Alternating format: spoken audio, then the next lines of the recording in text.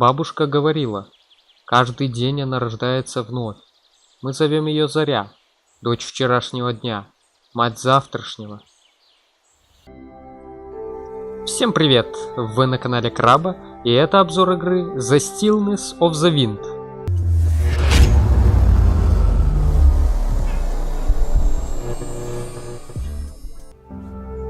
Вначале давайте посмотрим, как характеризует игра саму себя.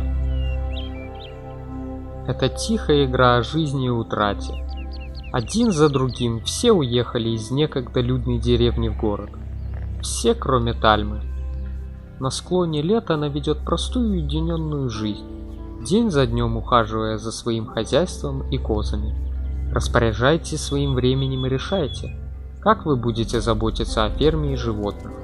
Ухаживайте за козами, варите сыр из их молока, собирайте яйца, готовьте еду, выращивайте овощи и меняйте припасы на товары у странствующего купца, который доставляет вам все более тревожные письма от родных из города.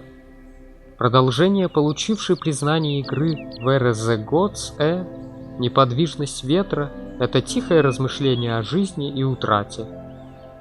Вот так вот игра рассказала про себя. И в принципе, в описании сказана вся суть игры, но я все же попробую рассказать поподробнее.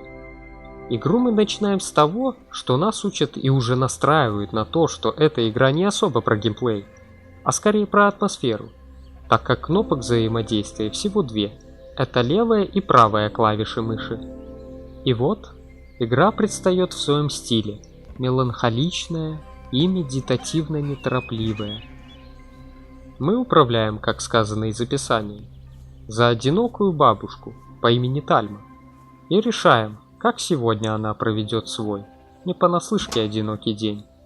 И чем же мы будем заниматься весь день? Это, конечно, решает игрок, но также это можно описать одним словом – рутиной. Да-да, вы не ослышались, именно рутиной. Из этого-то и состоит практически весь геймплей игры. Мы можем посадить огород, если же есть семена, но не забывайте, что его нужно полить. И сразу ведь ничего не растет. Поэтому ждем пару дней и не забываем поливать каждый день, иначе ростки просто завянут. Также можно доить коз и делать из их молока сыр. Причем процесс создания сыра неплохо детализирован. Нужно влить молоко в чан, замесить его, потом поставить на огонь. Должно пройти некоторое время. А позднее бабуля замесит его в руках, и мы получим долгожданный продукт. Стоит иметь в виду, что бабушка Тальма уже не молода, так что она быстро устает. Мы можем начать что-либо делать, и вечер может наступить довольно быстро, а старушка очень устанет и откажется от работы. Не так сложно будет для бабули просто взять корзинку и собрать яйца у кур. Ну или просто пройтись вокруг нашей фермы и пособирать грибы. Как раз если мы пойдем вокруг фермы, мы можем наткнуться на некоторые каменные монолиты, связанные с историей этой фермы. Если нажать на них, то мы получим небольшую историю, связанную конкретно с этим местом.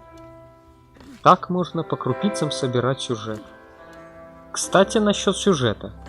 К нам иногда заглядывает странствующий купец. Его приход ознаменуется перезвоном колокольчиков. Он приносит нам письма родных и друзей, в которых мы узнаем, что происходит в городе. Вот в письмах-то и скрыт практически весь сюжет.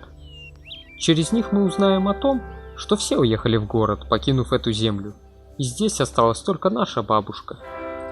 А также в письмах описаны судьбы разных людей, и мы можем проследить, как они будут сплетаться между собой. Мы можем, естественно, и торговать с торговцем. Он предлагает разные предметы.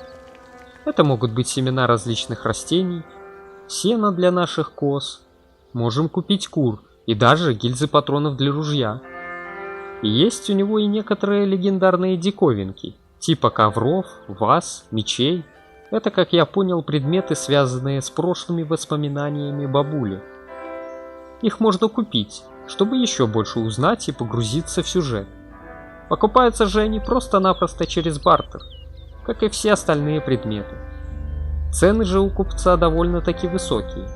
Не щадит он нашу старушку, даже зная, что ей приходится выживать здесь, на пустынной ферме, совершенно одной. Ну вот, в принципе, и все, что я вам поведаю сегодня. Конечно, я бы мог рассказать и про волков, от которых иногда нам нужно будет отбиваться, и про кошмары бабули, и другие ненастья. Отчасти я уже сказал об этом, но лучше вам самим будет сыграть в эту медитативную игру и самим взглянуть на все это. Главная мысль игры, на мой взгляд, это то, что, конечно же, не надо оставлять своих родных одних и не забывать о них. А второе, что жизнь очень быстрая и скоротечна, а если она приправлена еще и одиночеством, то она просто становится по-настоящему очень грустной и пугающей.